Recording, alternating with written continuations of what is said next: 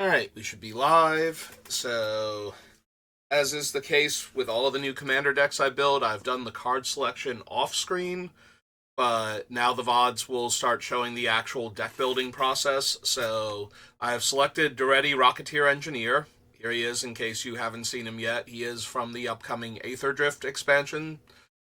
He is one of the like 3 or 4 non-basic land cards that we had previewed way back when the set was first announced, when we had the official name of the set and got a few cards from it. And he is the only legendary creature from the set. Excuse me. So he is red and 4 for a star 5 Goblin Artificer. His power is based on the greatest mana value among artifacts you control. When he enters or attacks, I choose a target artifact in my graveyard, and I may sacrifice an artifact. If I do, I return the artifact from my graveyard to the battlefield. So, he is all about trading in cheap artifacts that we have lying around for the most powerful artifacts we can get into our graveyard as quickly as possible. So, with that in mind, I have selected 157 non-land cards, and we need to narrow that down to 60 spells to be complemented by 40 lands. So we're going to go over the cards that have been selected.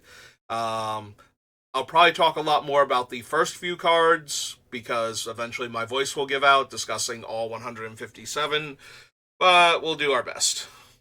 Alright, so from the original core set, Alpha Beta Unlimited, we have a bunch of mana rocks in this build because we need to get on the board early with artifacts, so that way we have fodder to sacrifice to Daretti. And we also want to get Daretti down quickly. The faster we can get one of our more expensive artifacts into the graveyard and get Daretti down and trade out the artifact we used to ramp into him, into the thing in our graveyard, the better off we're going to be doing. So with that in mind, Basalt Monolith, Mana Vault, Soul Ring, all on for that reason. I have Lightning Bolt on the list, along with 2 other burn spells that can target things just as cheap, efficient removal. We also have a couple of expensive pieces of removal that I'll get into soon. Navinral's Disc is on the list because one of the more powerful artifacts you can get is Darksteel Forge, which is a 9-drop that makes all of your other artifacts and itself, well, it is made out of Darksteel, so it itself is indestructible, but all of your other artifacts gain indestructible while it's in play. And the disc does not actually sacrifice itself, it destroys itself along with all the other artifacts in play. So Nev's Disc is actually very good with the Darksteel Forge if you've never seen that combo before. For as a way to blow up everything else on the board every single turn, while leaving you with all of your powerful artifacts in play to rule over the board with. I have Workshop on the list. Don't worry about it if you don't have it and your playgroup does not allow proxies. It is here to be an enabler for the deck. But if your playgroup does not allow proxies, then you're probably not playing with a group that has access to Mishra's Workshop anyway. Unless you actually are playing against me. So, I wouldn't worry about that too much. If you're in the CEDH crowd, you might run into cards of this power level, but as a general rule, it's not necessary. It just lets the deck do its thing a little more quickly and efficiently. So, lets Daretti get off to a faster start, and maybe I actually get to get a win with him instead of what I normally do, which is build out a really cool board state, do some fun things, and then die horribly because I'm more interested in doing the fun thing than I am in actually winning. Fisher is another mana rock, and we should have its casting cost here. We'll fix that while we're going. Fisher is one of the 2 non-damage-based red removal spells. Very early in Magic, back before the color pie was all sorted out. Red very rarely got a card that could straight up kill a creature. Fisher is one of them. It destroys target creature or land and it can't be regenerated, or as it was known back in the day, Berry, which amuses me, so I wrote Berry. Down here, Cindercloud under Mirage has the same thing going on. Mirage and the Dark are very similar. They both have a 2-mana mana rock, and they both have a 5-mana instant speed spell that will destroy a creature in red. Fisher lets me also destroy a land if I want to instead of the creature. Cindercloud, if I destroy a white creature, it deals damage equal to its power to its controller. Um, we'll have a few other targeted removal spells that can't deal with larger creatures because they'll all be burn based, and then we'll have some very expensive cards that can deal with any creature because they are artifact based removal. This is the middle ground where I have an instant that can just reach out and kill a creature, which is not something people normally expect in red. They normally think that, oh, my creature has like 6 toughness or something. There's no instant speed red card that's going to kill it here. I'm safe. And then they find out that they're not.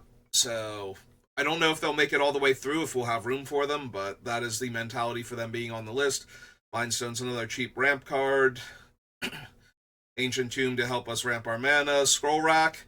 We have a bunch of cards that let us discard cards directly to our graveyard in order to get the things we need to be there. So being able to manipulate what cards are in our hand is kind of important. There's no Entomb in red. We have a couple cards that are doing their best impression, but they're random, so we have to make do with what we have. So I have a handful of cards that let me discard cards to draw cards and make treasure. Most of them make treasure. There's like maybe 1 or 2 that don't. We did not go for like the basic Tormenting Voice thrill possibility because they're a little on the weak side, but we definitely have cards like them on the list. And Scroll Rack lets us trade out the cards. Like if we have the discard, then we trade out the things that aren't helping us right now for the big scary artifacts, hopefully, and vice versa. If we've drawn the artifacts, we put like maybe one of them back and look for a discard outlet for the other ones in our hand. Gamble is one of the cards that can kind of help us out. It searches for a card, like any card, puts it in our hand, and then we discard one at random. If we're empty-handed, that means we can tutor a card from our deck directly into our graveyard. If we don't have an empty hand, then we have to figure out a way to discard it if it's not randomly selected, but that's what red has to work with, so that's what we're using. Karn Silver Golem, not sure if we're running him, but we do have a lot of large casting cost artifacts to help Daretti out, both make sure he's hitting really hard and finish off our opponents with commander damage, but also to make sure that we have stuff worth bringing back with his ability in the first place. So Karn can turn some of those things into giant, angry, non-trampling, otherwise non-evasive artifact creatures, which can still be good enough. I just don't know if he's going to make the final cut. Worn Power Stone helps us ramp. Goblin Welder functions a lot like Daretti, letting us exchange an artifact in play for an artifact in that artifact's controller's graveyard. So we can swap out for ours. We can also exchange one of our opponent's like powerful artifacts for one of their dead mana rocks if we need to. For Monolith to ramp. Memory Jar lets us draw a bunch of cards and then discard those cards at end of turn. So we can use that to look for the artifacts we need to get in the graveyard and possibly things to help us either get them in the graveyard or be fodder for Daretti that we can cast in the same turn.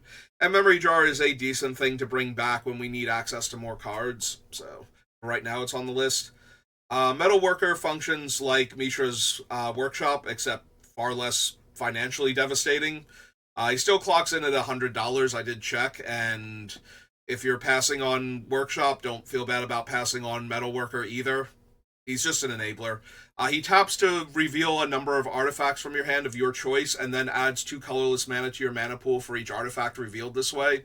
So he's a huge ramp early on, as long as we have a fistful of artifacts, which we should be able to accomplish, which lets us then play a bunch of expensive mana rocks and then have more mana and eventually either get Daretti going or just hard cast the artifact if we get into a bad spot where we can't get Daretti to work.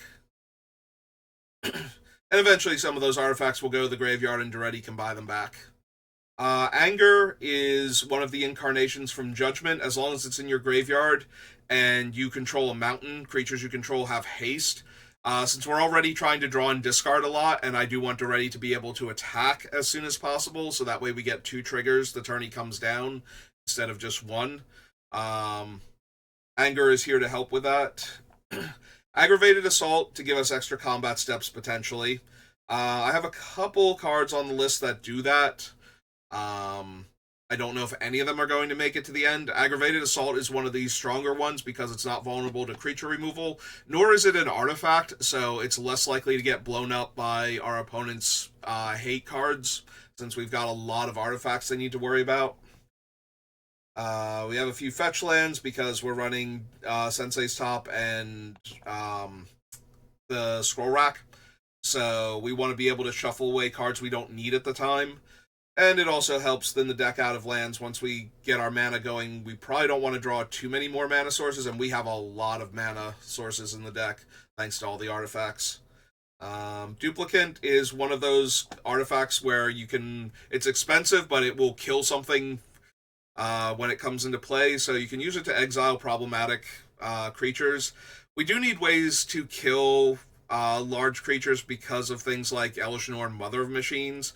Most of my artifacts are comes into play abilities or take a turn before you can activate them, like Nev's Disc, unless you have a way to untap it. So, something like Norn would be very hard for us to deal with and very potent against us because I believe she shuts off artifact ETBs also, not just creatures. I have to double check that one. But it does shut off all of our artifact creature ETBs at the very least, and we kind of need most of those. Great Furnace is an artifact land, so it's fodder for Daretti that comes into play for free, and I might not run it just because we're very vulnerable to artifact destruction to begin with. I don't need to lose another mana source if somebody Shatterstorms or something. Lightning Greaves to give Daretti haste, and then when he doesn't need it anymore to sacrifice. Mindslaver is just hilarious. As far as expensive artifacts that are very powerful to recur from your graveyard, it does not get much more powerful than Mindslaver, especially when you're not paying the 6 mana up front and you only need the 4 mana to activate it. O-Stone is my go-to I'm losing this game, flip the board over card to begin with, and it's recursive with Daretti, so...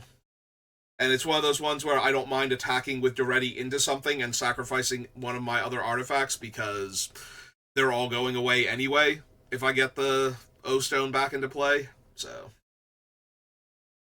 Sculpting Steel is a copy of whatever the best artifact I already have in play is, which can go a long way to stopping opponents from stopping you. A second Darksteel Forge makes a single bounce spell a lot less problematic in response to, activating a Nev's Disc or an O-Stone.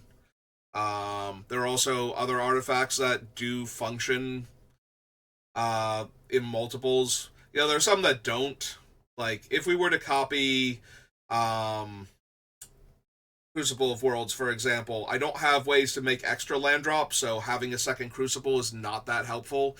But most of our artifacts do fall into the category of, if we had a second one, it would still be just as good. There's no redundancy in it. Sad Robot is value when he comes in, value when he goes out. Trash for Treasure is a sorcery that is basically Daretti's comes into play ability. So that way we have an additional way to get that effect. If Daretti's too expensive at the time because he's been dying a lot, or just so that way we can get it again in the same turn. Because there are some artifacts where we need that artifact to die so it can be in the graveyard so we can bring it back to get its ability again. And that will be more important than the thing that we're bringing back the first time. So having an additional way to trigger Daretti's effect, essentially, lets us get away with that. It's the same reason why the Goblin Welder is on the list. And it also, like I said, it gives us access to the effect when we don't have access to Daretti for whatever reason, too expensive, something has actually happened to him.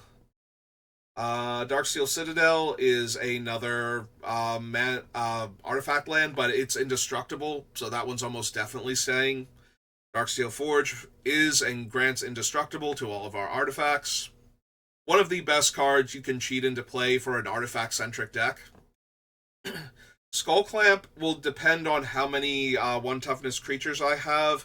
I knew when I put it on the list, because I do the sets alphabetically, so this was pretty early on, that Mirror Battlesphere was definitely going to make the original list, and there might be others like it, so I put the Skull Clamp on as a card advantage engine for cards like that, so we'll have to see. Also, we do sacrifice our artifact creatures to Daretti, so getting to draw 2 extra cards while doing that for 1 mana is not that bad a deal.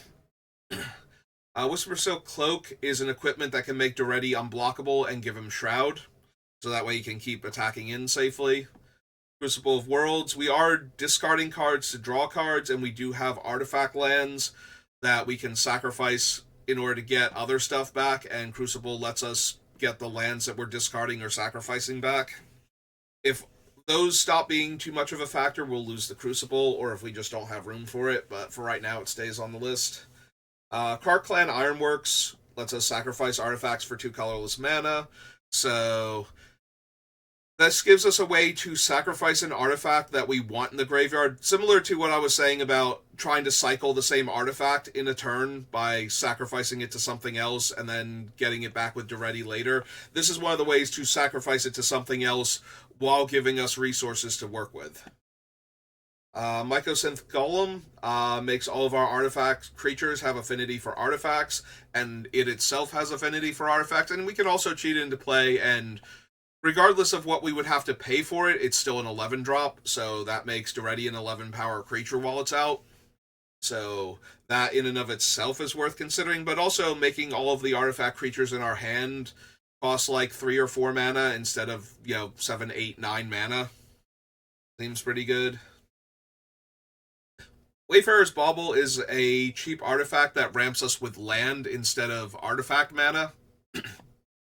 So it does give us a little bit of a cushion when somebody destroys all of our artifact mana sources. Kiki, we have a lot of comes into play and dies triggers on the artifact creatures that we're cheating into play, so Kiki can get us extra copies of those effects. Top is literally one of my favorite cards. Shinka is a red land that will give, I believe it gives First Strike. Normally I write all of these down when I know I won't remember them, but apparently I was in a bit of a hurry. I believe Shinka gives First Strike, but we can double check that. But it's a free roll because it's a land, so... Oh, Gather, don't you start with me. I will use Scryfall if you refuse to load. Alright, so Shinka... Let's soak to keep... Yeah, it's First Strike. Okay, that's what I thought it was, but I could not remember. And I feel a little embarrassed that I did not write down the effect of a card that I knew I wasn't going to be able to remember, so we'll fix that later. Eventually.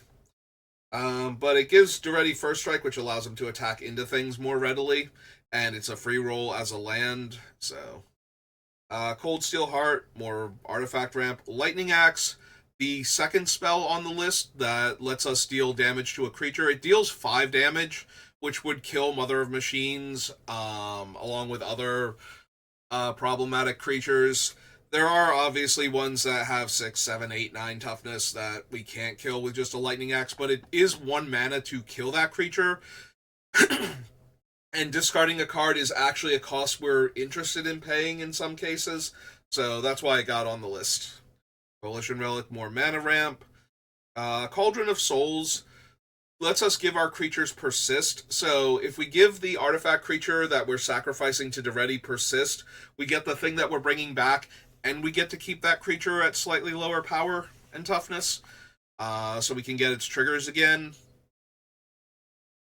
And the Cauldron is not the worst artifact to bring back with Daretti if it's going to let us protect all of our scary artifact creatures from a non-exiling Wrath, which still get played, but there are plenty of exiling Wrath options nowadays, and given the graveyard is such a big resource, you do see them a lot more often, although sometimes you don't see them because the opponent also wants their things to go to the graveyard, and we'll just figure out how to exile on their own terms later. Arid Mesa and Scalding Tarn, well, they're fetch lands for the same reason as the fetch lands from Onslaught. Valakut, because we are mono-red, we should be able to trigger Valakut in the mid to late game, and throwing around free lightning bolts in order to either deal with problematic utility creatures that are in our way, or just to get the last few points of damage against an opponent. All Is Dust is another Wrath. Oh, I skipped over Everflowing Chalice, which is another mana rock. But can be for 0 if we just need fodder for Daretti at the time, and we don't need another mana rock. All Is Dust kills all of our non-red permanents and everybody else's colored permanents, so given our reliance on colorless artifacts, it seemed like something I should at least consider. Dreamstone Hedron is a very expensive ramp spell, but it also gets traded in later for 3 cards, so it can be both card draw and ramp, depending on the situation. Daretti can cheat it into play, and then we can have access to 8+ mana on the following turn, or he can cheat it into play, and we can cash it in for 3 new cards to try and find something better to do. Galvanic Blast is our last targeted damage-based removal spell. For 1 red mana, it deals 4 damage if we have Metalcraft, so it's a more efficient Lightning Bolt in our deck, as long as we actually have Metalcraft. Odatha Forgemaster trades 3 artifacts we have in play for 1 in our deck, so this lets us get the powerful artifact into play, bypassing the casting cost in exchange for the things that we were using for Daretti fodder anyway. There's Mere Battlesphere, makes a bunch of 1/1s, deals extra damage when it attacks by tapping them. So it both creates a board state and is good to have like it leave the battlefield so it can come back, so it can keep making more Mere that can then feed its attack trigger. Wormcoil Engine, similar mentality. It's a 6/6 lifelink death touch that dies into a 3/3 lifelink and a 3/3 death touch. So getting it back is good. Sacrificing it is good because it leaves us with the 2 bodies, and it dying is fine because it leaves us with 2 bodies, one of which we can cash in to bring it back. Same with the Battlesphere. So the things that die into bodies just give us the things we need, like the fodder we need in order to recur them again each time, which makes exiling removal basically all our opponents can do to really stop us now. Darksteel Plate, if Daretti's indestructible, then he can attack safely into everything. I don't know how, like, what combination of unblockable, indestructible, and similar artifacts we're going to be running to protect Daretti, but I do have a healthy mix of them, so we'll narrow it down as part of the ending process of card selection. We will figure out which ones we actually need. Ichor Wellspring and its partner down below are 2 of the best artifacts to use as fodder for Daretti. We get an effect when they come in. Ichor gives us a card draw, and then when it dies, we get the same effect. So we got to draw a card off of it for playing it, but we also get to draw a card when Daretti eats it for the other artifacts to come back. So there are plenty of artifacts that let us draw a card when they come in cheaply, or let us draw a card when they die, but there are very few that let us do both. And Ichor Wellspring is one of them. The Mycosynth Wellspring down below gets us a basic land instead, but that's still 2 cards from our deck into our hand that we can then use, so that way we don't miss our land drops and have the mana available to do things.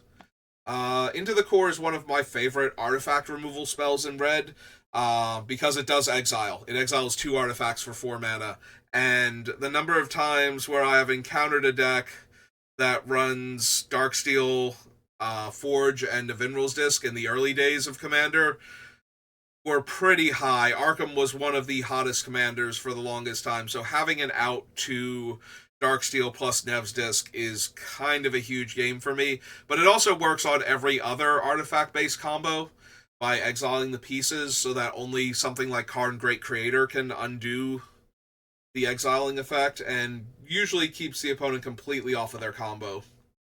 Mirrorworks gives us an extra copy of each of our artifacts that aren't tokens when they come in for an extra 2 mana. We're bypassing the casting cost, so the 2 mana is not that big a deal, and like I said, a lot of our artifacts are not redundant. 2 of them is actually better than 1 of them in almost every case, so making extra copies of them is something I'm very interested in. Phyrexian Revoker it's an artifact that we can use to shut down problematic activated abilities when we can't get rid of the source itself for whatever reason. Being able to shut off the planeswalker, or not planeswalker, the commander. Well, it does shut off planeswalkers too, but being able to shut off a commander's activated ability when the commander's cheap enough that killing it will just have it be back next turn anyway. Gives us a few more outs to certain problematic commanders. Spine of Ishtar, if you're going to be bypassing casting costs and sacrificing artifacts, Spine of Ishtar is probably one of the first artifacts that springs to my mind. When it comes into play, it's a Vindicate. It destroys target permanent. And it doesn't exclude land like a lot of the other ones do because it's a 7-drop from earlier in Magic, relatively speaking. You know, only 15 years old instead of like 20 or 30, but still. So, and when the spine dies, it returns to your hand. So, if I can cast the spine, then I can destroy a permanent, sacrifice the spine, get back something else, and then have this Vindicate ready to go again next turn. If I can't pay for it, it's still a powerful artifact to put into my graveyard. I can then get it back into play with Daretti, kill something, and then later on, when we're getting closer to the mana or when we have other ways to discard it, we can sacrifice it to Daretti in order to bring something else back and then get it back to our hand. So. Alright, from New Phyrexia, we have Batterskull. It's another threat that's very resilient. We usually don't want to bounce it back to our hand unless we can cast it, but if we bypass the casting cost in order to get a threat into play while doing other stuff with our mana, because by the time we hit 5 mana, we have Daretti mana. So if we cast Daretti and then we get this back so that Daretti's got power and we have a large artifact in play, that's fine. It's one of the weaker of the things we can cheat into play with Daretti, though, because by the time we're casting him, we have the mana for it, so... But it's still a decent artifact that's a very resilient threat. So, I'm not super worried about it, but if we need to make cuts from that particular type of card, this feels like one of the ones we could cut.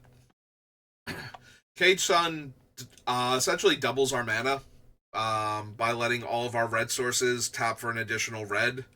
All of our red lands, anyway, tap for an additional red. So getting this thing into play through Daretti will give us a huge mana boost. It will pump Daretti's power, but most of our things are colorless, so he's kind of in the shallow end for that particular effect, alongside a few other goblins, and that's it.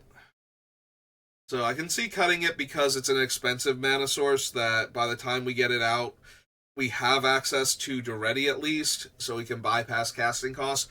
But if we get this thing into play, then we can hard cast some things, and there will be times where we kind of have to do that instead. There's a Mycosynth Wellspring, getting us lands. Blasphemous Act is Red's go-to creature board wipe, because by the time it's castable, there's not going to be a whole lot that's going to survive it anyway. So we do have it on the list just in case. We do have a bunch of other mass destruction effects, though, so maybe it'll fall by the wayside because we just don't need it. Faithless Looting, one of the better filtering card draw spells. You draw 2, you discard 2, and then you can flash it back for 3 mana, which allows us to see 4 extra cards and put the ones we most want out of them from our hand into the graveyard. Conjurer's Closet, end of my turn, blinks a creature, which would allow us to get another trigger from Daretti at the end of the turn. Like I said before, getting extra trigger, like extra copies of Daretti's trigger, lets us bounce the artifact back and forth from the graveyard to continuously trigger the enters or dies or both. So, Reforge the Soul, Avacyn Restored is very early in the process because I do it alphabetically. So Reforge the Soul is in here as a way to discard the cards that we have in our hand in order to get new cards to work with while hopefully putting the cards we wanted into the graveyard. I don't know that it's going to make the final list. We didn't even bother with Wheel of Fortune on the list, and as I've proven with things like Mishra's Workshop, I'm not hesitant about putting the most expensive cards that are legal in Commander from the history of Magic into my decks, so... Mizium Mortars is it's a one-sided wrath, but only against the small to mid-sized creatures. So it's still on here though as a potential thing. Rogue's Passage to make Daretti unblockable, while only taking up a land slot. Hammer of Perforos was late on the thing because we're in Theros, so we're down in the bottom third of all magic sets. But at the same time, it's an artifact. It gives Daretti haste so he can attack right away. It can also turn excess lands that I have into artifact creatures. There are artifacts and enchantments at the same time, but that's not really. The enchantment side isn't super relevant, but it is a thing. So. But it's giving me a source of artifact creatures to sacrifice if I don't just want to lose the hammer itself, like if the hammer hasn't lost its luster at that point. Ugin's Nexus is a powerful artifact that stops extra turns, but also when it dies, I exile it and take an extra turn. So if the coast is clear for Daretti to attack safely, it might also be clear to just end the game. Also, because Daretti is an attack trigger in addition to an ETB, a lot of the time we're going to be bringing back powerful artifact creatures after attackers are already declared, so we won't get to attack with all of them all of the time. So Ugin's Nexus is another powerful artifact that lets us potentially attack with all of those creatures that we just put in. Ugin the Spirit Dragon, very expensive but very powerful and does not harm colorless permanents. So another very similar to All Is Dust. He's just here to help out and make sure that all of our opponents' things are dead while all of our stuff is alive. Hedron Archive is a cheaper version of Dreamstone Hedron. It costs 2 mana less and draws 1 less card and adds 1 less mana. So, good to trade in for cards when we need them. Easier to be a ramping artifact when we don't, when we have expensive things we want to cast. Speaking of expensive things, Sanctum of Ugin, because I don't have a ton of non-basic lands on the list, does let us get a colorless creature to our hand from our deck when we cast a 7-drop artifact. Because those are the only colorless spells we'll be casting. We don't have any Eldrazi. We would trigger off of Ugin, I guess, but that's about it outside of that.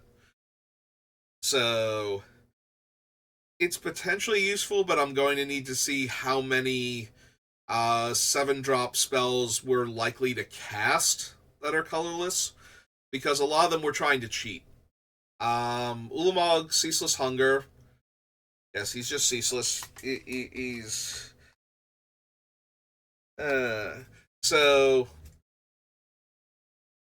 He is the only... I forgot I even put him on the list because I did not put the other Ulamogs or any of the Kozileks or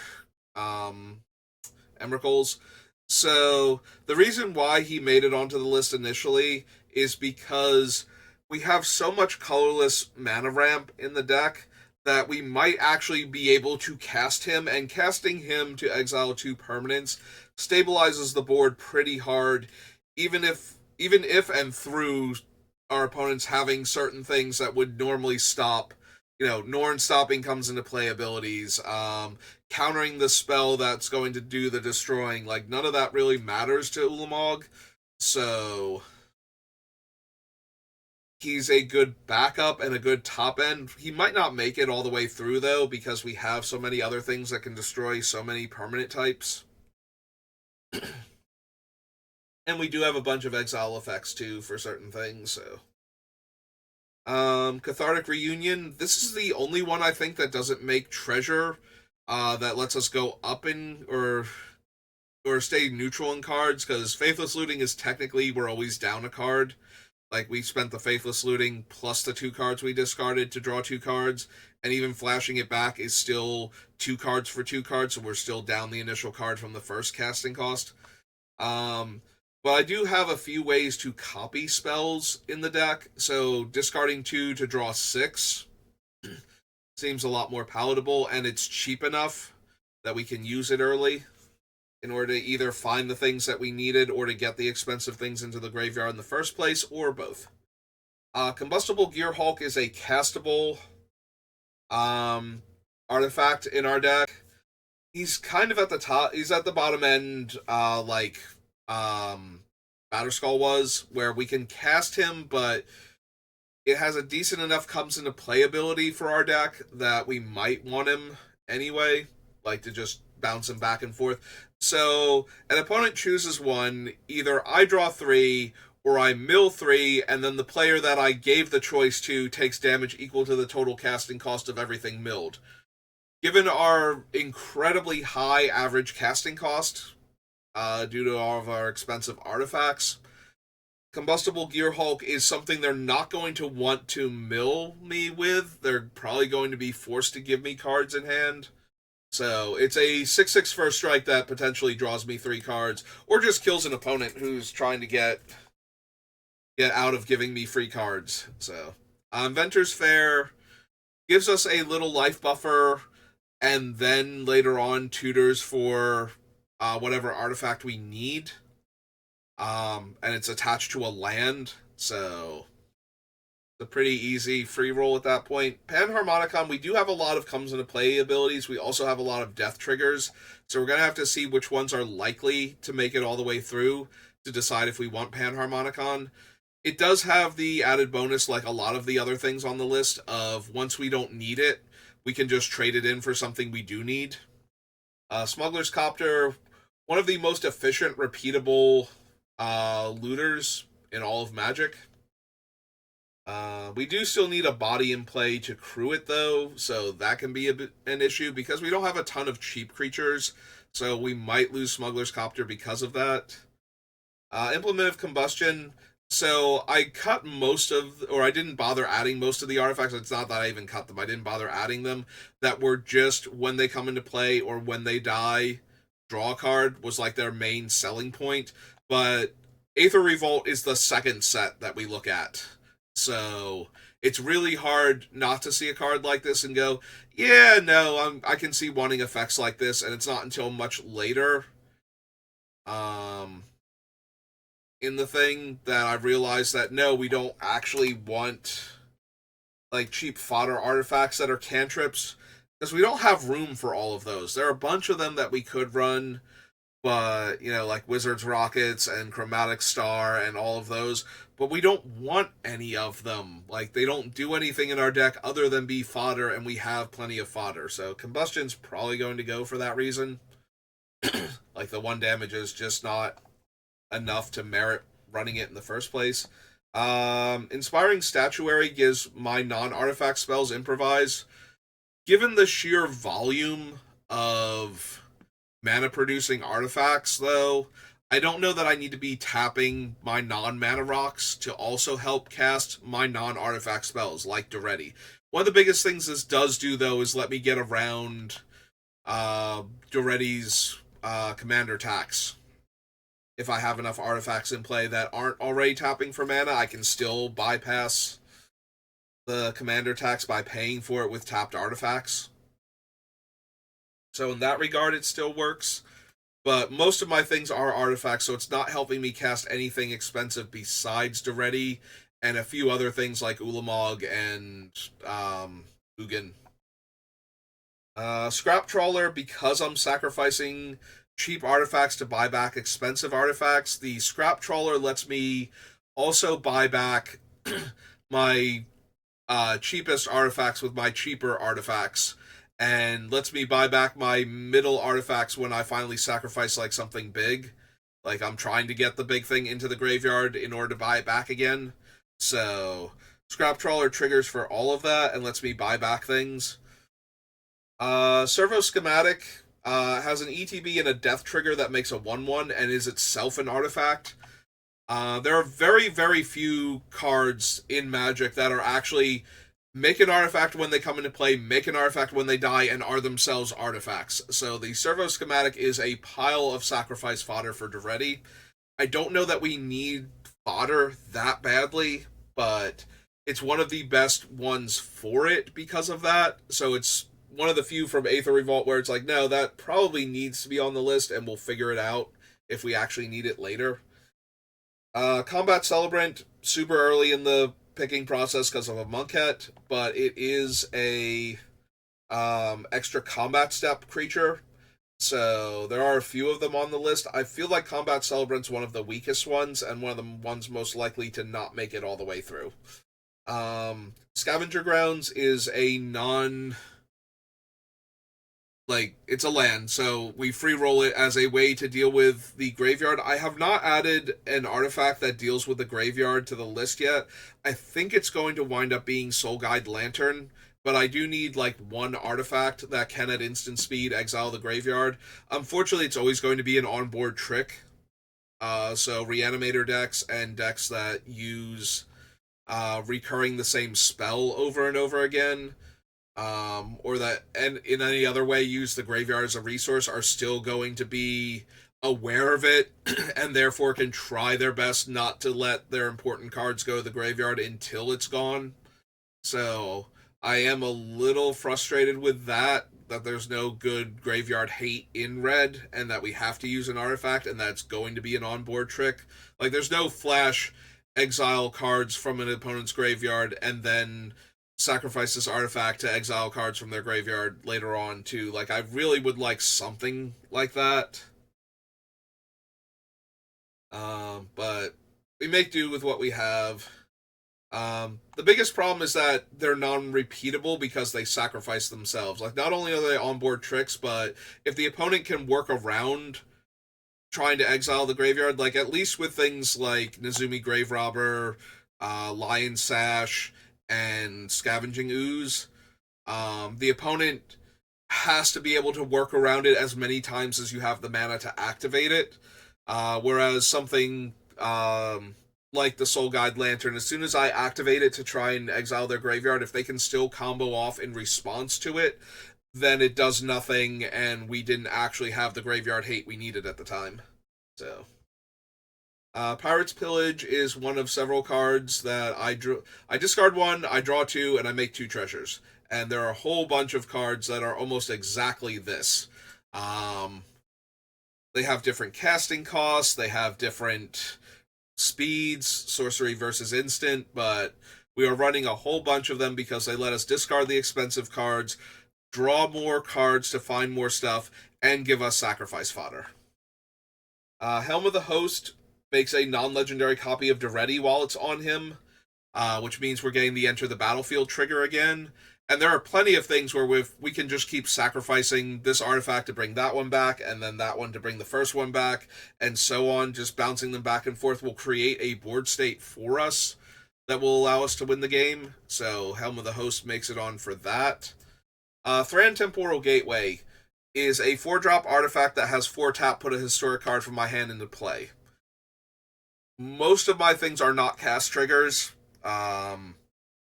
so cheating the artifact into play with this is just as good as cheating it in with Daretti. And at 4 mana to activate, it's going to save us a huge chunk of mana off of the casting cost of a bunch of our top-end artifacts. So it's basically the same thing as Daretti, but just letting us skip the whole putting in the graveyard first. But we have to spend 4 mana each time we want to use it, so... Neheb Dreadhorde Champion, one of the last cards added onto the list.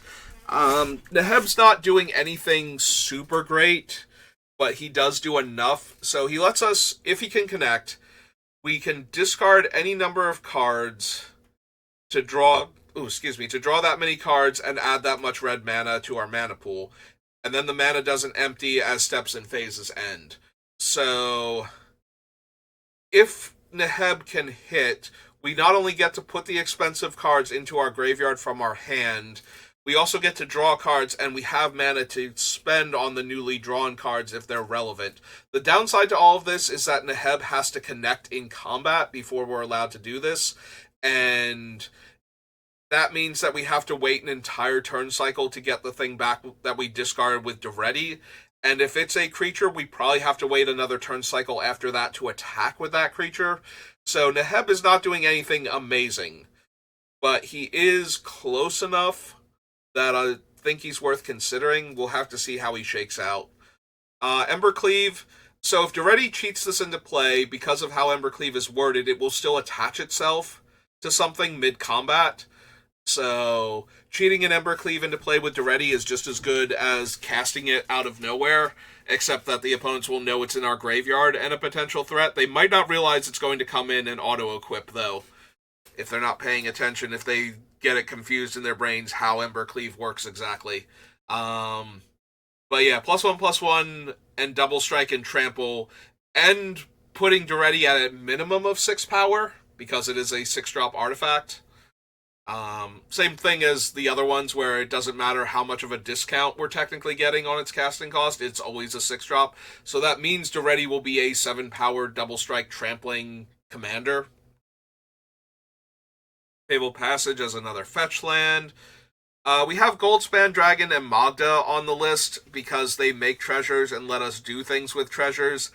I don't know if either of them are going to make it all the way through. We also have Ragavan, who also fits into the same category of, well, Ragavan and Magda, I can play them early and start making treasures, potentially. With Goldspan Dragon, it's a more of a mid-game play to make a treasure, but it also lets our treasures do more. And we do make treasures off of a bunch of the rummaging effects, the discard and draw cards, so I thought it was worth considering some cards that care about treasure, but we might not bother with them because they're not directly focused on what Daretti's focused on. It's a thing I try to describe as they're both going to the same place, but they're on different paths to get there, and sometimes it's more important that the cards be on the same path as Daretti to help him out than that they be going to the same place when they're done. For any commander, really. Seize the Spoils is another, I discard 1, I draw 2, I make a treasure, 3 mana sorcery. So, we've got, all the different versions of it. Fervent Mastery. So, for 3 and 2 red, I tutor 3 cards to my hand and then discard 3 at random. So, we go for the 3 biggest, scariest artifacts we can find and hope that we discard at least one of them.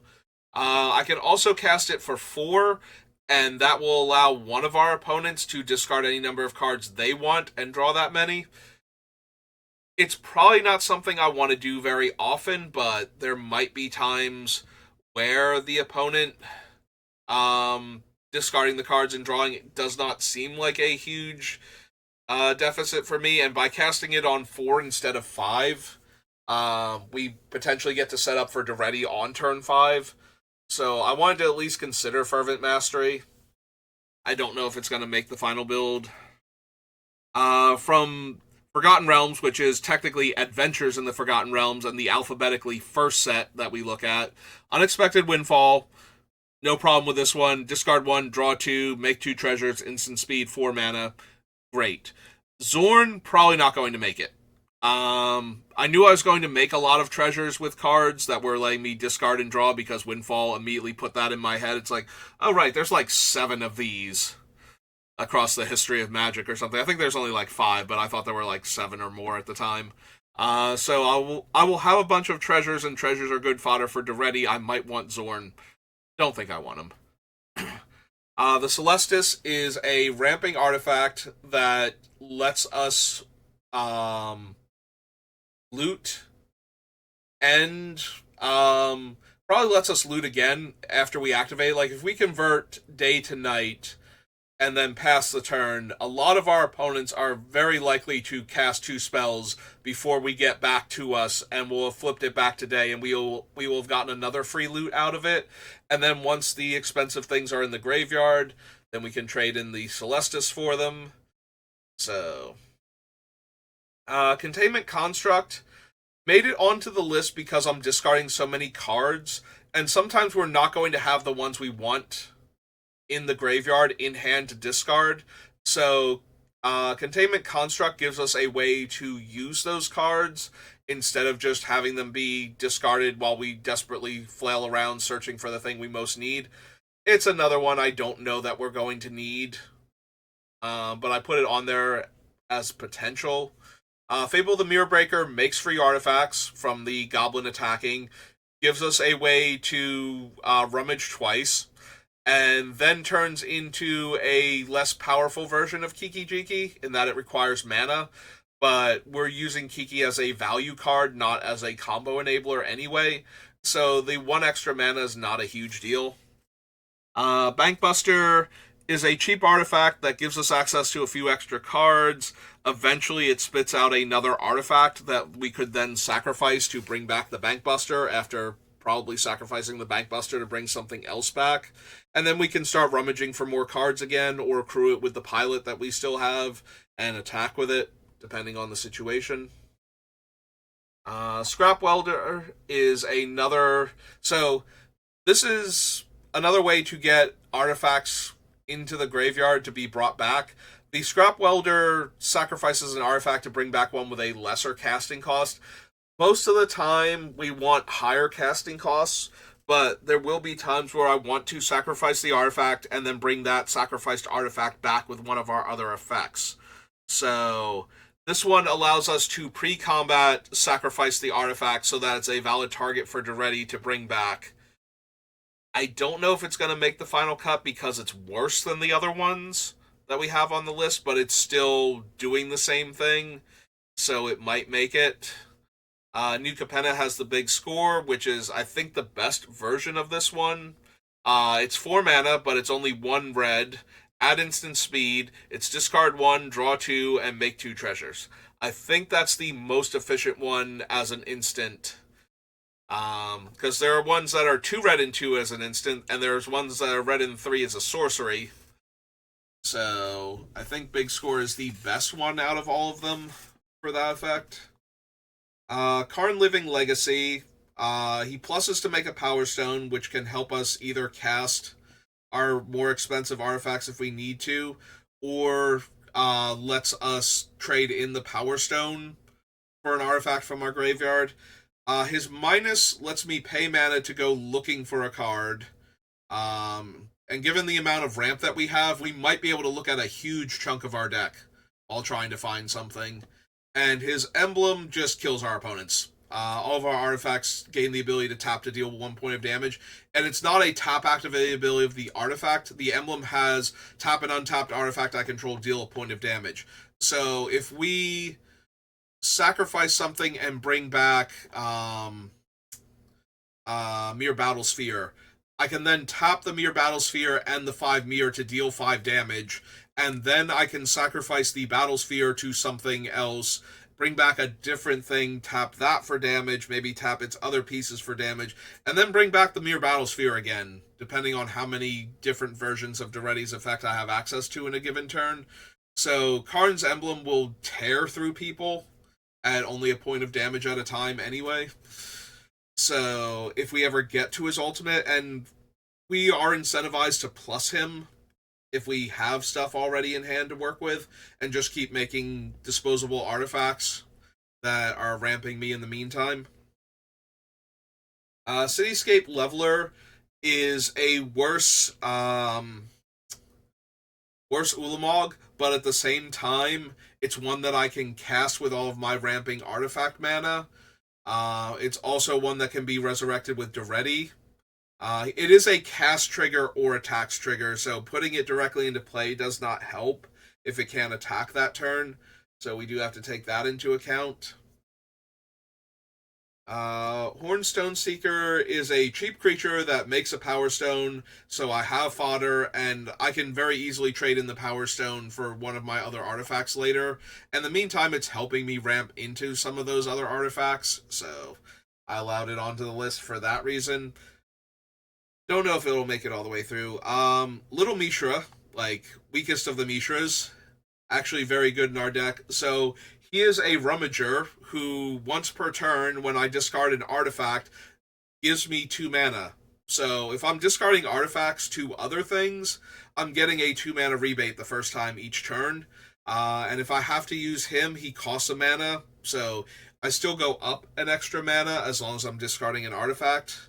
And I usually want to be discarding artifacts, so he's just an extra source of mana at that point, and an extra way to rummage if I don't have anything else.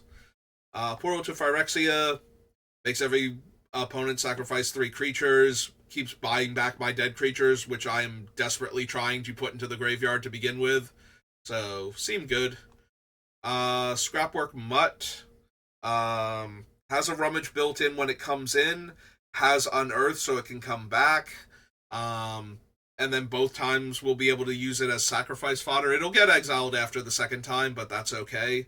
It's not something that I need to recur with Daretti, but it is something that can be used to recur other stuff while actually putting those things into the graveyard.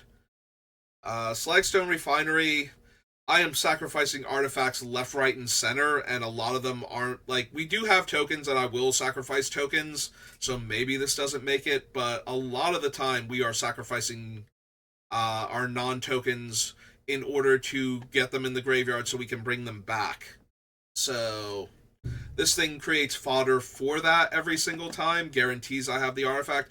It also means that because it allows for the artifact in play to be exiled, since it takes into account unearthed artifacts, that means if an opponent casts Farewell and exiles all of my artifacts, and this one is still in play, I will get a pile of Power Stones for them.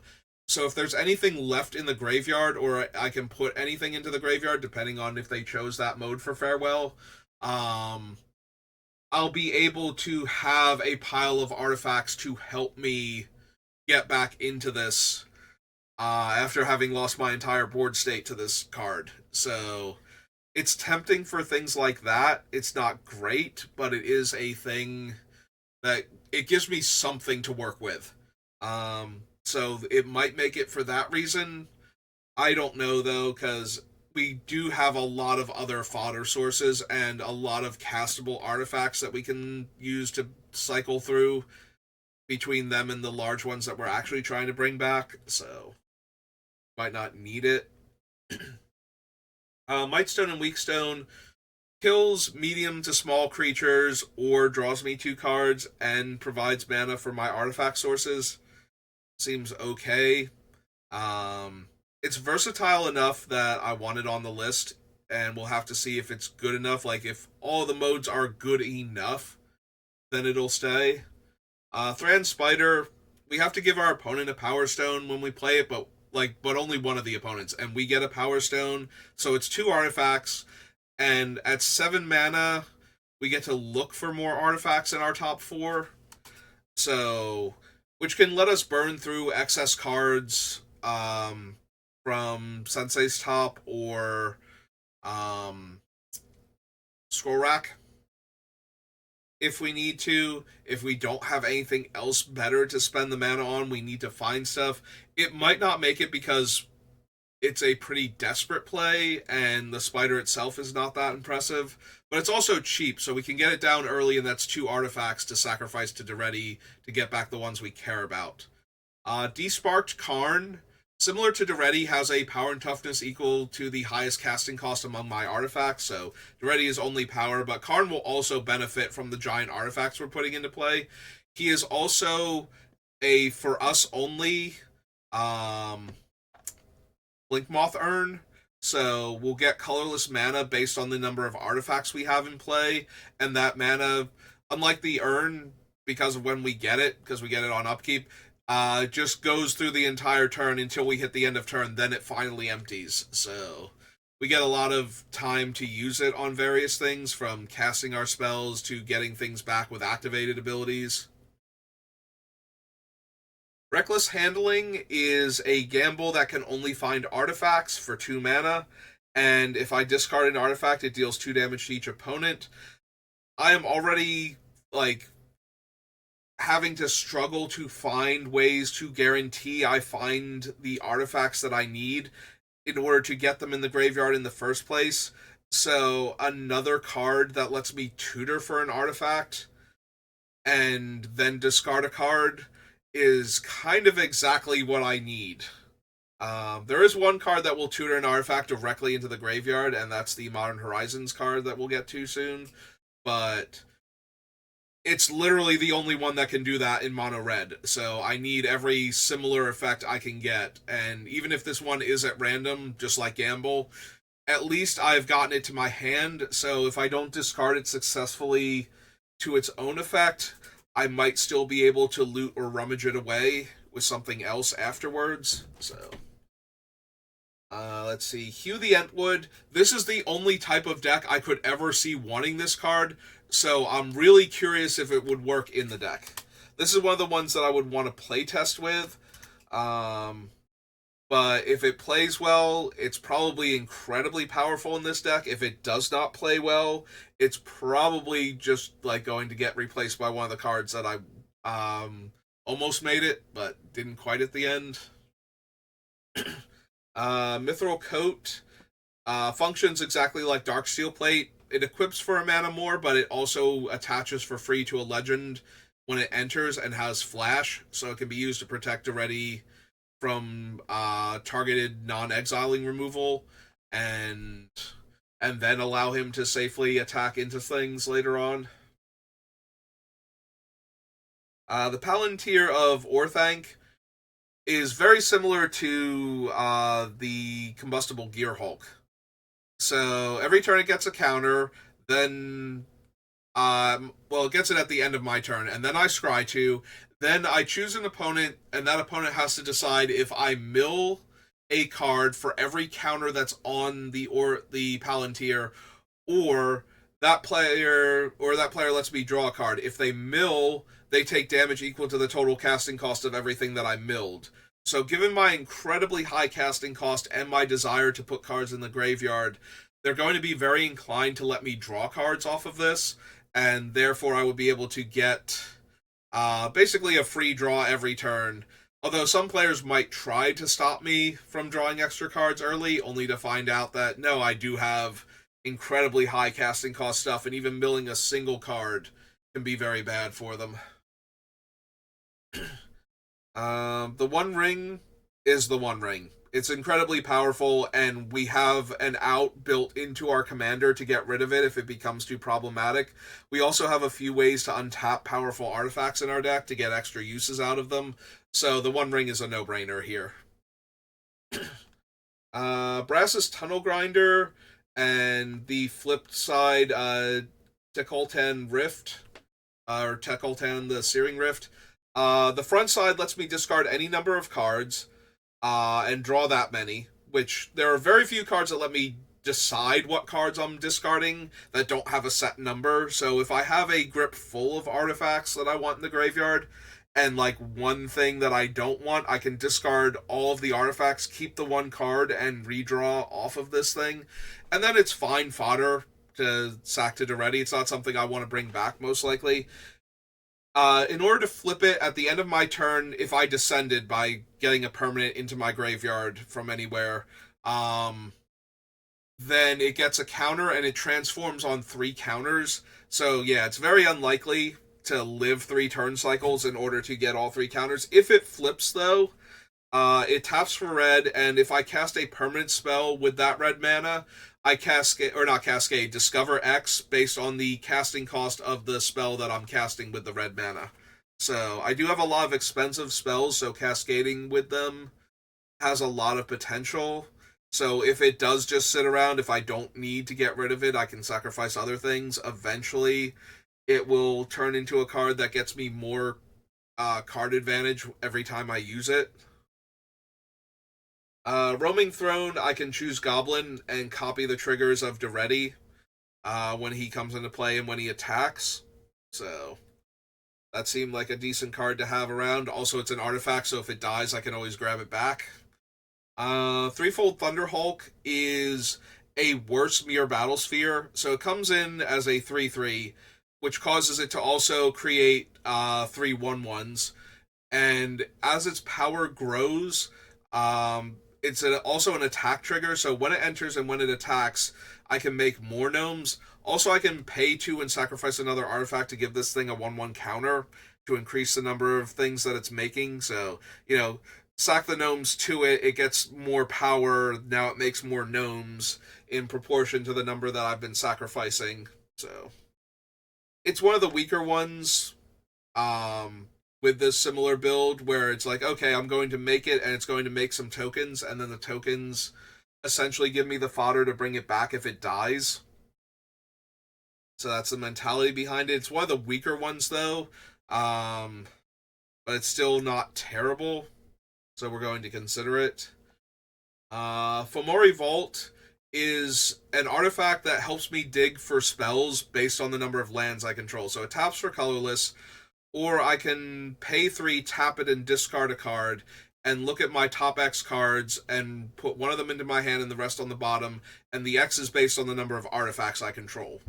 So we could theoretically be looking at 10, 15, 20 cards with this thing, depending on how long the game has drawn on.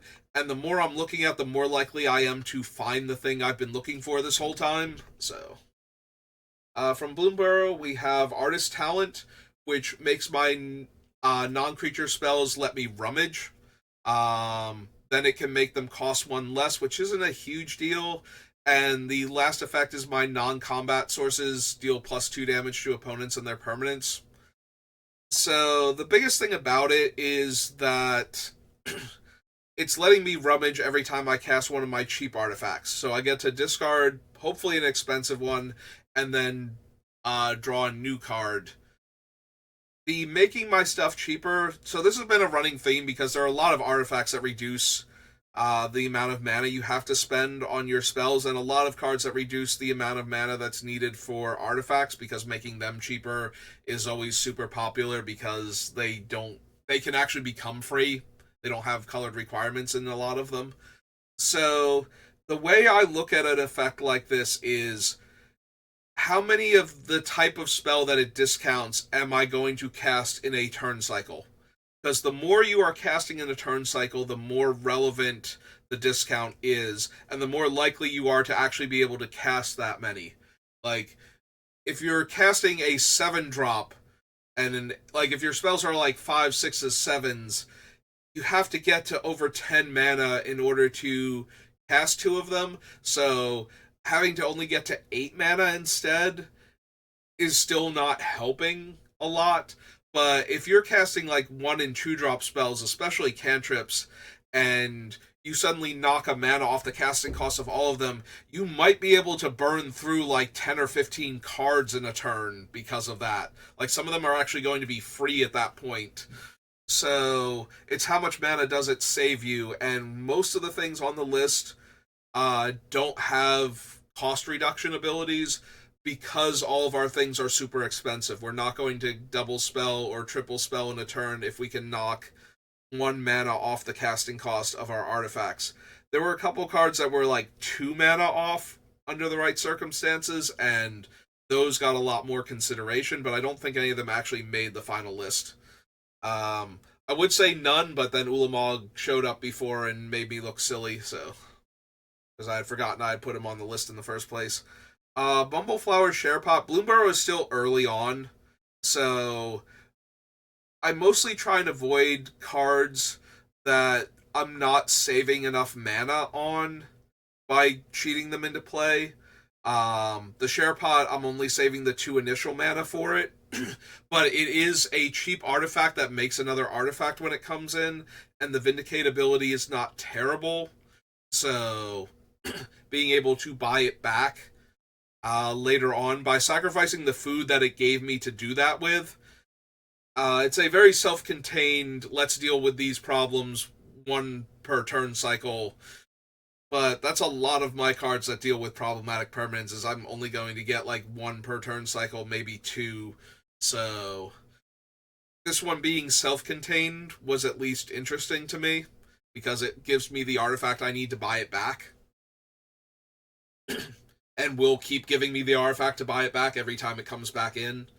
Dustmourne also early on, but we did grab Cursed Recording, which, with all of the things that let me discard a card to draw cards, is incredibly potent, because now if I discard 1 to draw 2, I'm now discarding 1 to draw 4 and making twice as many treasure. So copying it might even make the spell free. Like, a lot of them are 4 mana, make 2 treasures, so if I copy it, I'm getting all 4 treasures, so I'm actually getting the full rebate on my mana. And the Cursed Recording itself is an artifact, so it's very easy to get it off of the board when it's no longer beneficial. Fear of Missing Out. FOMO. ETBs, I discard a card and draw 1. It can also allow Daretti to get an extra combat step if we have Delirium. That's going to be very difficult, though. By the time I was near the end, I realized that we have creatures, artifacts, lands, instants, and sorceries are the things that we can put into the graveyard. We do have planeswalkers, but we only have, like, I want to say 4 maximum. Um, Karn, original Daretti, Ugin, and one of the other Karns, I think. Maybe it is only three. But anyway, um, so excuse me.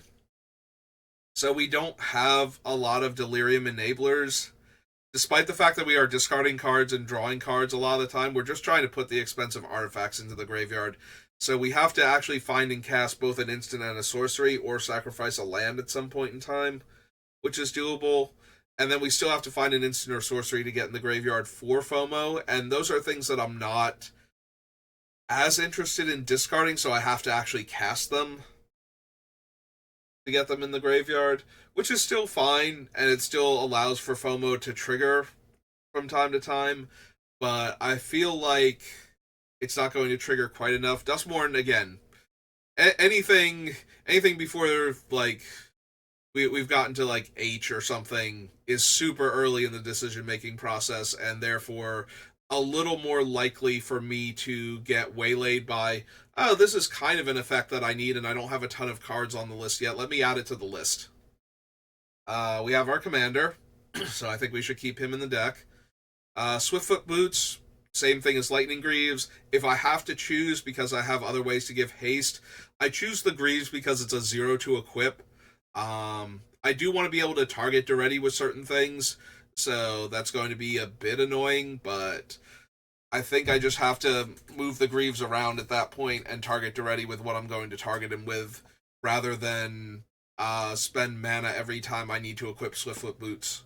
Because there are going to be a lot of times where I ramp into Daretti again after he's died a couple times, and it's costing me all of my mana to get him back into play, and I really want him to also be able to attack that turn.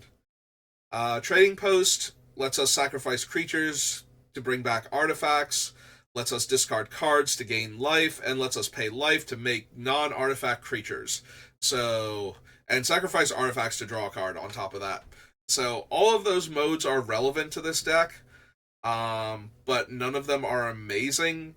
So it's going to be a question of, is it good enough? Like, is it versatile enough that I want enough of its different abilities that I should run it? Or do I have enough things in each other category that it contributes to that are focused on that category that do it so much better that I don't need a catch all artifact that's not doing a great job at any of them? So, Dismissive Pyromancer is a rummage that can also deal damage to a creature. Like, I can sacrifice him to deal 4 damage. And he's cheap enough that he can come down early in order to start setting up Daretti. Meteor Golem is another Vindicate. I mean, he doesn't destroy lands, but only one of our Vindicates actually destroys lands at this point, so I'm fine with that. And it's another artifact to have come into play, destroy the thing we need, and then sacrifice it to get back one of the other artifacts that will destroy the thing we needed it to destroy, hopefully. Manifold Key can make Daretti unblockable, can untap our expensive artifacts, or comes into play tapped artifacts, or anything else that we need the artifact suddenly to be untapped for. And I think we've got enough stuff. Deal Broker is a colorless looter. It's one of the few creatures that loot instead of rummage that red can actually run. It is a creature, though, so I don't know if that's actually to its benefit or not. Because we do have a few other loots over rummages, but a lot of our things is rummaging because we're in red, so I did put a looter that is also an artifact creature on the list just in case. Goblin Engineer lets me put an artifact from my deck into my graveyard, and lets me sacrifice an artifact to bring back an artifact with CMC 3 or less.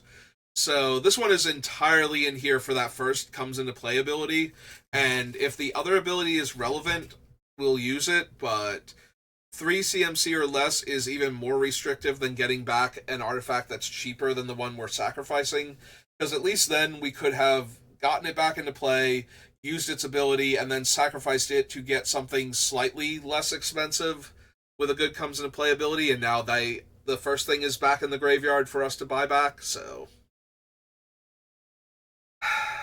Scrapyard Recombiner Um, a lot of our things are constructs, so the fact that I can sacrifice an artifact to tutor a construct to my hand is helpful. Prismatic Vista is another fetch land. Seasoned Pyromancer is another. It's a rummage. It's one of the few alongside FOMO that let me draw cards even if I'm empty handed, as opposed to having to discard the card in order to draw the cards. Obviously, I want to cast it when I have cards in hand that I want to discard, but we don't always get to play the game out exactly the way we were hoping, so drawing 2 extra cards when I'm empty handed might also be relevant. But he's kind of on the chopping block at that point because we need 100 cuts and not everything's going to make it, and a lot of the time he's just going to be discard 2 to draw 2. He also does let us make 1/1s, both for discarding non-lands to his initial ability and by exiling him from the graveyard and paying mana. So, since we want to discard non-lands in order to set up our graveyard shenanigans, getting to make a few chump blockers to stabilize with while we, jump through all the hoops to get the giant thing into play, it's not the worst. Cauldron Complete is another giant angry artifact that we can cheat into play. Unlike Batterskull, the 7 mana means that we're actually cheating something into play a lot of the time. It's a decent creature too, with First Strike, Trample, Indestructible, and Haste, and the ability to exile any creature it deals combat damage to. But aside from that, it's not anything too special. The Batterskull will go first, before Cauldron will, but I can see both of them going if they're not relevant enough. We have a lot of artifact removal and interaction in our deck, so Liquid Metal Torque has a bunch of potential in our deck to turn our non-artifact permanents into artifacts other than lands so that we can sacrifice them is an option.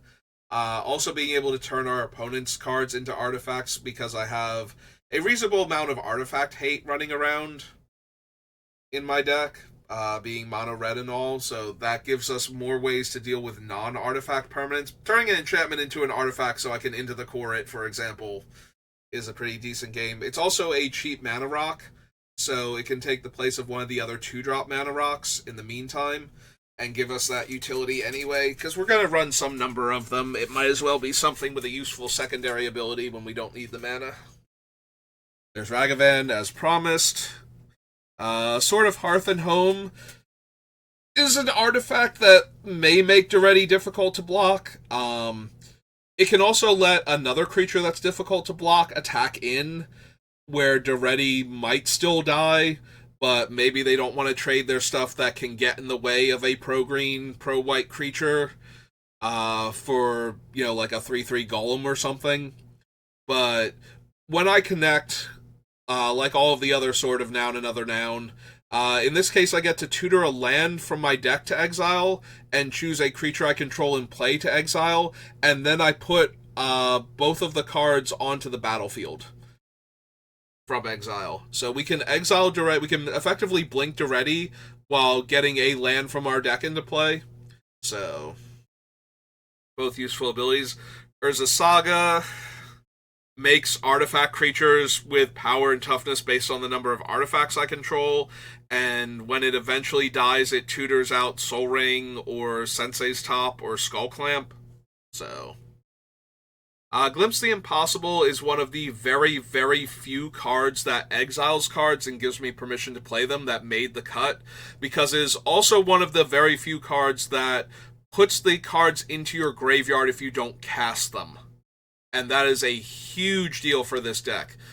If I flipped up my, 3 super expensive artifacts with this thing and couldn't possibly cast them for any other effect like that, I would be very upset. For this one, it's perfect, because now they all go to the graveyard. I get O1s that can help me cast my other spells, and now I have the expensive artifacts in the graveyard where I want them. So, Glimpse the Impossible is essentially a mill 3 for me in the early game, but I want to be milled to try and set things up in the early game. So, Arena of Glory might not actually make it in the deck. It only grants haste to things it casts, so it's useful for giving Daretti haste, but not anything else in the deck. So it might not make it, but it is useful for giving Daretti haste, and I do want him to have haste, so there's always a chance it'll make it through to the end. Also, when I do cast my giant things, it can give them haste, so being able to attack with some of the things we're about to look at the turn that I've cast them. Ugin's Labyrinth, I have enough expensive things that I can slide underneath it that it can just help me ramp into Daretti early.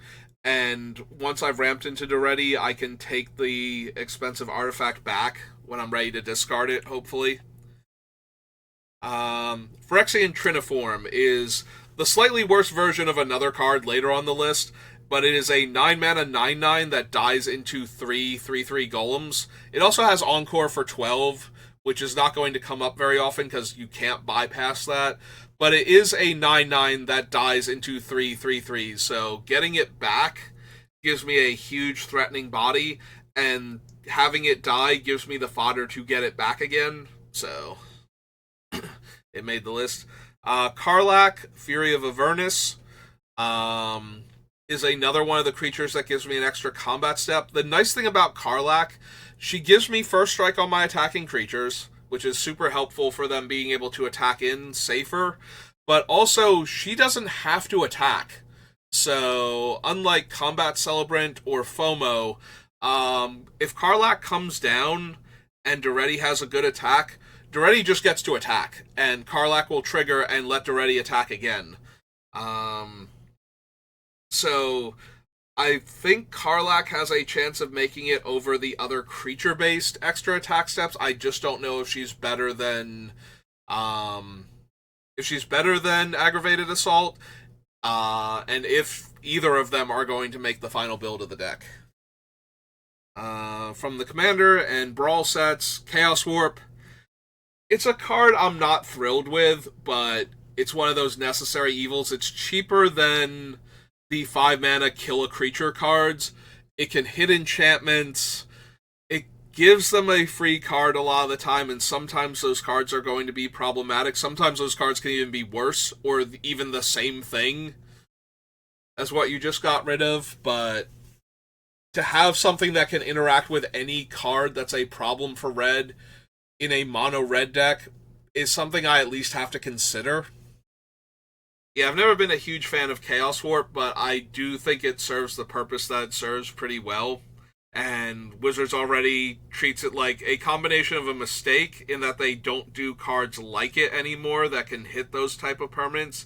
Or when they do, they guarantee that they replace them with the same type of permanent, at least.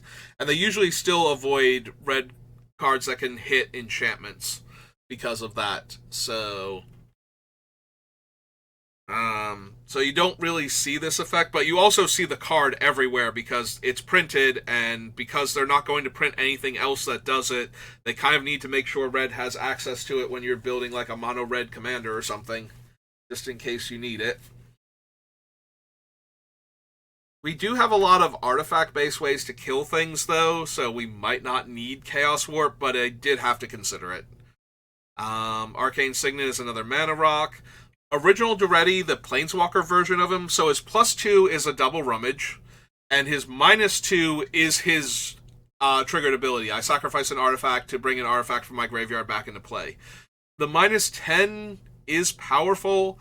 I don't know that's going to come up very often, though. We also have Scrap Mastery on the list, which is the is literally Living Death from Tempest, except that it affects artifacts instead of creatures, and it costs red instead of black. Because I'm trying to put large numbers of artifacts into my graveyard with high casting costs, I have to believe that it is very possible casting Scrap Mastery will just basically flip the board in my favor. Killing all of their mana rocks and trading mine in for like powerful artifacts that I actually want in play. Now that we've gone through the ramping phase of the game. Unstable Obelisk is a mana rock that becomes a Spine of Ishtar type effect. Technically, it's a lot closer to the Share Pot, but instead of being Instead of making a replacement artifact to go with it, it's a mana rock in the meantime. I don't know if it's going to make it all the way through, but it had potential. Loyal Apprentice early on.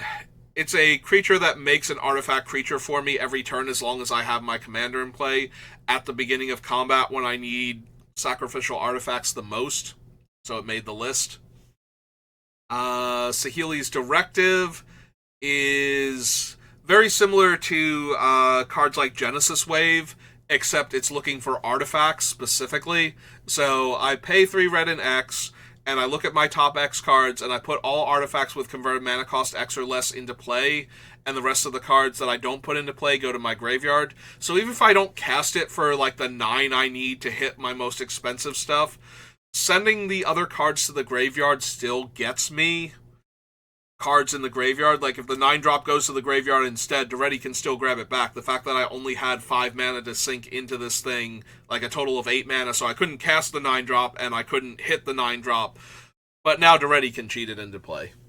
It does have Improvise, which means my other artifacts can help pay for it. So even if the ones that don't normally tap for mana can potentially ramp up the X to a huge number.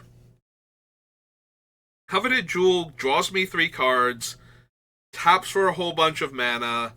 It does make me a bit of a target for the because people will want the Coveted Jewel, but at the same time I can also sacrifice it to Daretti to get rid of it if I need to. So I can play it, get my 3 cards, tap it for mana to cast some of the cards, and then trade it in for another powerful artifact in my graveyard. Also, I can buy it back when attacking in order to look for more cards and maybe sacrifice it to one of the other effects post-combat. So Coveted Jewel has a lot of different things it can do, and it's very powerful. It's a little dangerous. Similar to the Monarchy or the Initiative, it creates a point in time where everybody will be fighting over control of this as long as it's in play, but I have a lot more control over when it's in play. So that makes it a lot easier to not get ruined by other people stealing it. Retrofitter Foundry is an artifact that makes artifacts and can untap itself to make more artifacts, so it does get a bit expensive if you're not untapping it with other means to make a bunch of like servos or something, but it is an artifact that keeps churning out artifacts for my commander to sacrifice, so kind of need to consider it. Don't know if it'll make it into the final build, but we need to consider it. Treasure Nabber, every time somebody taps one of their artifacts for mana, I gain control of that artifact and untap it. So if somebody uses their mana rock, I now have their mana rock until the end of my next turn, which means that I can then sacrifice this stolen artifact. So it will basically cut our opponents off from their artifact mana because they can't afford to lose it to Daretti. Don't know if it'll make the final build, but I do like how it works like that. Deflecting Swat is the free red spell from Ikoria, and I need my commander alive, so things that protect him by sending trouble elsewhere. Also being able to save my like super powerful artifacts, especially if I'm already protecting them from most things, so that the opponent has to play specific spells in order to get rid of them in the first place. If I can deflect away one of those, then I might just keep my thing forever until the game ends. Triplicate Titan is the superior Phyrexian Triniform. It's a 9-mana 9/9. It has Flying, Vigilance, and Trample, and when it dies, I make 3 3/3 golems, and each one of the golems has a different one of the card's 3 abilities. So I get a 3/3 Flyer, 3/3 Vigilance, and 3/3 Trample. So, and then I can trade one of those in and get back the main one again, and it's a huge, powerful, hard to deal with threat if they can't exile it. So Fiend Lash is an equipment. Whenever the creature it's equipped to is dealt damage, it deals damage equal to its power to a player or planeswalker. Daretti's power is potentially titanic in this deck. We have a bunch of 9-drops that we are running, and we even have a couple cards that are even more expensive than that we'll get to. So the Fiend Lash has the potential to deal a lot of damage, but it's also a card that I found early because all of the commander decks begin with C, so they got added to the list pretty early on. Broadside Bombardiers lets me sacrifice an artifact to deal at least 2 points of damage to any target. So it's on the list because sometimes we will sacrifice like a 9-drop and deal 11 points of damage, and sometimes we will sacrifice something we wanted in our graveyard anyway. So Broadside Bombardiers gets to make it in. Selective Obliteration is from the Eldrazi commander deck, and it destroys everything. Like, each player chooses a color, and they lose everything that's not colorless or exactly that one color. So since I'm a mono-red deck with a whole lot of colorless permanents, I don't ever lose anything. The downside is that opponents only lose their gold cards, and their other, like, if they're like a black-red deck and they choose to keep their black cards, they lose their red cards. So it does eat into things, but the opponents do get to choose, and I do have a lot of other Wraths. It's just one that can never hurt me, whereas All Is Dust will still make me lose Daretti and my other red creatures and other red permanents, so I at least wanted to consider that. Darksteel Monolith is an 8-drop artifact, and while it's in play once per turn, I can cast a colorless spell by paying 0, as long as I'm casting it from my hand. So, yeah. Cheat that one into play, hard cast one of my Doomsday weapons every turn. And I don't really need to cheat anything else into play after that, but we still will, because we're having fun. Canoptic Tomb Sentinel from Warhammer. So this one is pretty interesting. It has Unearth for 7. It's normally a 4-mana 4/3 Vigilance, but it has Unearth for 7. When it enters the battlefield from a graveyard, regardless of why it entered from the graveyard, I get to exile a non-land permanent. Yeah, this thing is insane to resurrect in our deck, and that is kind of the whole point of our deck. So being able to actually exile any problematic non-land permanent, that's not one I could pass up on very easy. Also, the Sentinel itself is a 4-drop 4/3, so we can cast it very easily before Daretti even comes down and sacrifice it to Daretti on the following turn to buy back something else and then have it like stashed in our graveyard ready to come back. The Scepter of Eternal Glory, we're a monocolor deck, and I'm using a lot of artifact-based ramp, so I'm taking the artifact where if I have 3 lands of this with the same name in play, I can tap this for 3 mana of any color. And in the meantime, it taps for 1 mana of any color, so it's just a more mana-efficient Gilded Lotus at that point. From Doctor Who, which, again, D for Doctor came pretty early, but still, some of these are potentially going to make it all the way through.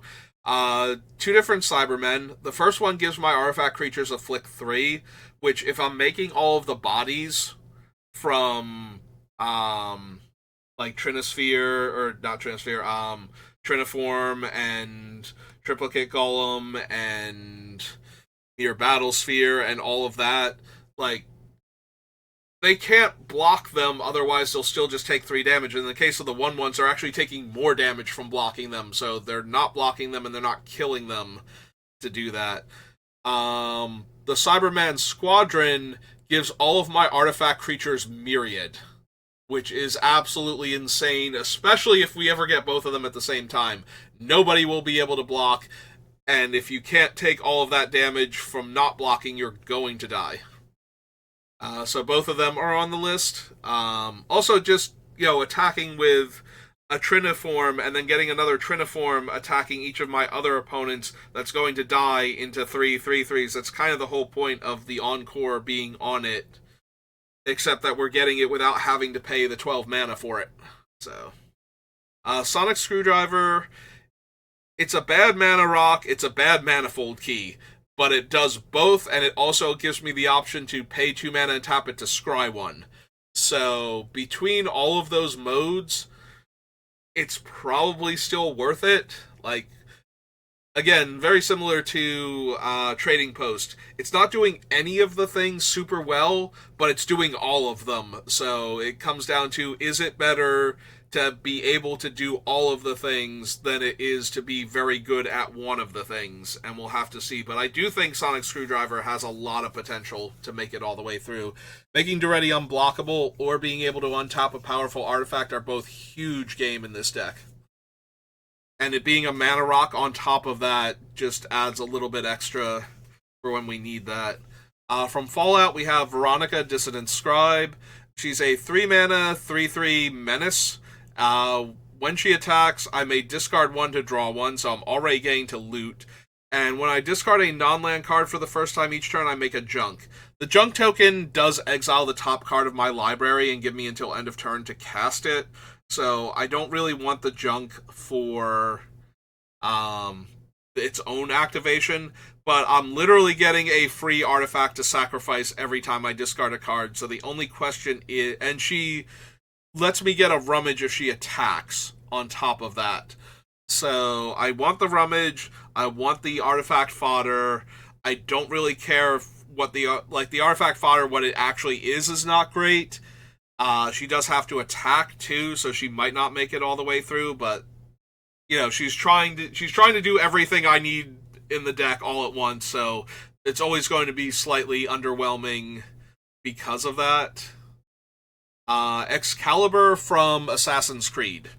So Excalibur is a 12-drop. I can pay 2 to equip to a legendary creature, but only a legendary creature.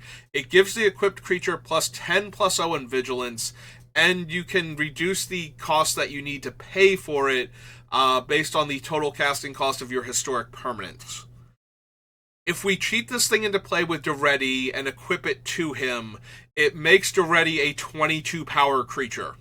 Daretti one-shots players if he connects with this thing attached. I am thrilled to try to do that. Like, that amuses me to no end. And our very last card is Shardless Outlander. It's from the Foundation's Jumpstart. It's a 7-drop construct scout. It's a 6/5 with trample, and it has basic land cycling for 2, which means that I can cycle it early on, get my basic land out of my deck. It's not even close to the best creature in this deck to bring back. Like, Batterskull's better, but at the same time, it also throws itself into the graveyard whenever I need it, while making sure I have the mana necessary to do other things. So it's at least in consideration. It might be too weak overall. Like, it's just not worth bringing back, so it's not worth having it in there to cycle in the first place. But it's a lot stronger than the Sojourner, the Affinity for Artifacts one that searches for a land. So I think Shardless Outlander, if one of them is going to make the final cut, it's going to be this one. I don't think it's going to make it, but maybe it still does. Maybe it's good enough. So that is every single card that's been selected as a potential card for Daretti.